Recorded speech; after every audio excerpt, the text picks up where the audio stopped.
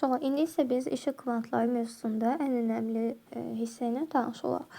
Deməli, biz burada foton enerjisinin çıxış işi və kinetik enerjinin cəminə bərabər olduğunu bilirik.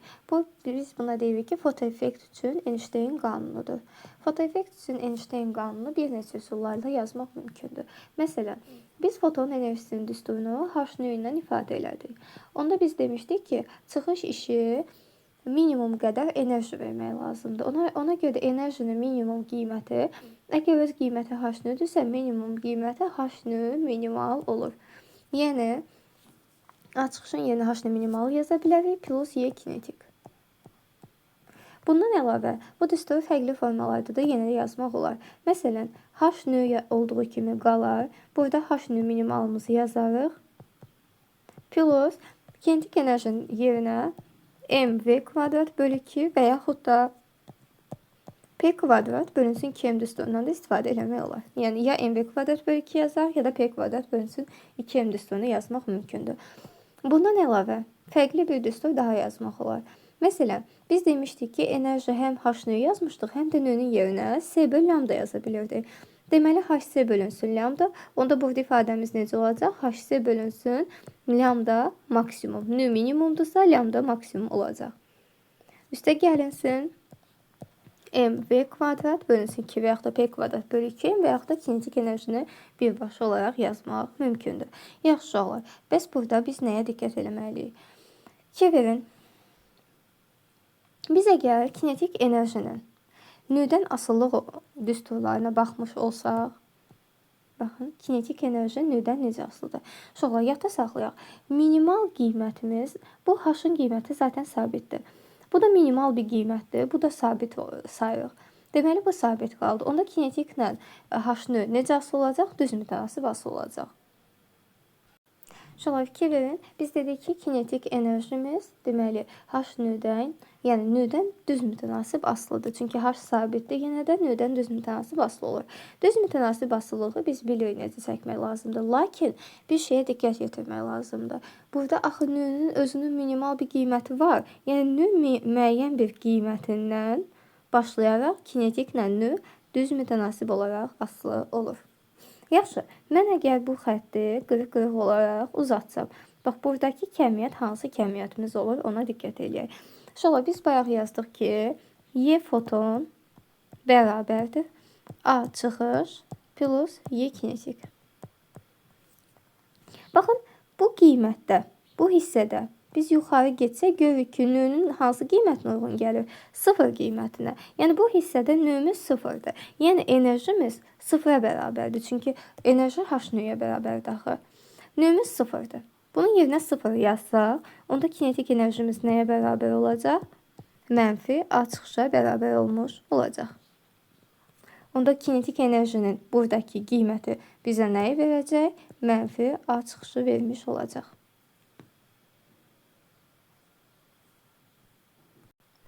Sonra bundan əlavə, deməli, impulsun və sürətin növdən asılılığına baxa bilərik. Yenə də biz deyirik ki, H növümüzü sabit götürürük.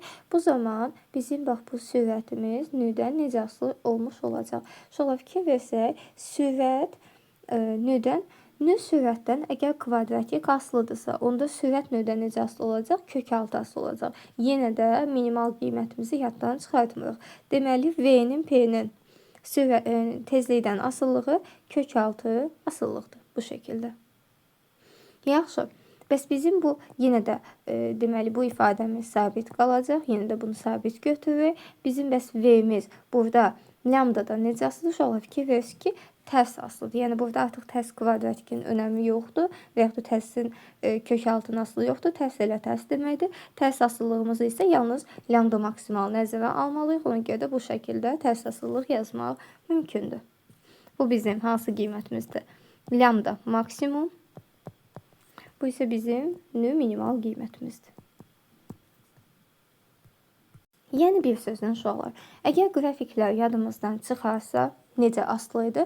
Mütləq şəkildə siz Einstein düsturunu yazırsınız. Y foton bərabərdir A çıxış plus Y kinetik. Bax, bu düsturu artıq əzbər bilməlisiniz uşaqlar. Fotonun yerinə nə yazaram? H növ yazaram. Çıxışın yerinə nə yazaram? H-nü minimal yazaram.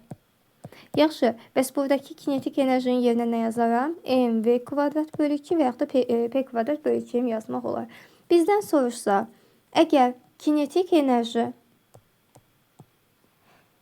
bizim nüdən və yaxud da h-nü yazırıq da bunun yerinə. Nüdən necə asılıdır? Biz deyirik ki, düz mütənasib asılıdır. Yalnızca h-nü minimalın deməli qiymətini nəzərə alırıq. Yenə də çəkə bilərik. Kinetik enerjimiz nüdən düz asılıdır. Sadəcə minimal bir qiymətdən düz asılı. Yaxşı, onu davamını gətirəndə buradakı nə idi? Mənfi A çıxışımız idi. Onu bayaq isbat elədik. Niyə elə oldu? Yaxşı, soruşsa, əgər sürət nüdən necə asılıdır? Biz görürük ki, düz asılıdır. Sadəcə olaraq nü sürətdən kvadratikdirsə, sürət nüdən kök altı asılı olacaq. Ona görə də kök altı asılılığımız müəyyən bir nü minimalın yenə də müəyyən bir qiymətindən bu şəkildə kök altı asılılıq olacaq. V-nin, P-nin deməli nüdən asılılığı. Lambdanın asılılığı isə sadəcə olaraq tərs mütənasib asılılıqdır, amma lambdanın maksimal qiymətindən başlayır.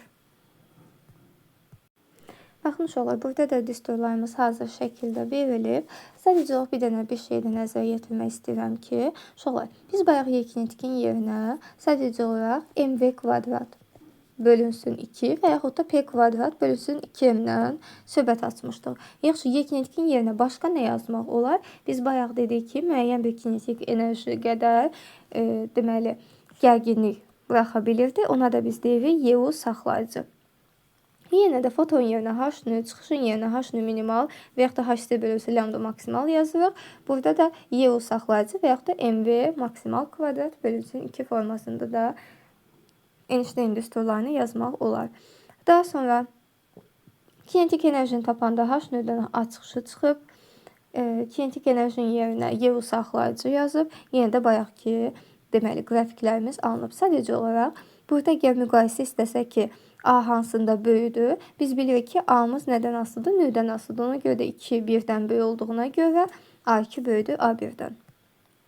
Daha sonra uşaqlar, burada tangens alfa. Tangens alfa burada H-ı verir. Bunun səbəbi nədir? Təbii ki, tangens alfanı tapanda biz nə edirik? Qarşıdakı katetin bitişik kateti olan nisbətinə baxırıq. Qarşıdakı katet Y kinetikimizdir. Bitişik katetimiz isə nü çıxısının minimalımızdır. Ona görə də biz bu formada yaza bilərik. Baxın, bu ifadədə A çıxış bölünsün Y yazılır. Bunun səbəbi nədir? Həmişə yadda saxlayın. Biz bayaqki ifadədə fikir verin. Bax, bu qrafiklə bu qrafik. Əslində belə baxanda eyni qrafik oxşur. Sadəcə ox, burada Y kinetikdir. Burada isə Y kinetikin yerinə U saxlayıcı yazıblar. Axı biz bayaq demişdik kinetikin yerinə YU saxlayıcı olmalıdır. Əgər təkcə U varsa, bəs Y hara getdi? Təbii ki, A çıxış Y-yə bölünür. Yəni bir dənə burada U olanda yadda saxlayın, bu A çıxış bölünsün Y kimi olacaq. Qalan bu düsturlara isə bayaq baxmışdıq. Təbii ki, biz bilirik ki, A'mız lambdadan tərs asılıdır. Ona görə də harda lambda böyüdürsə, A orada daha kiçik olmuş olacaq. Bu qrafiklərdə bayaq baxdığımız qrafiklərdir.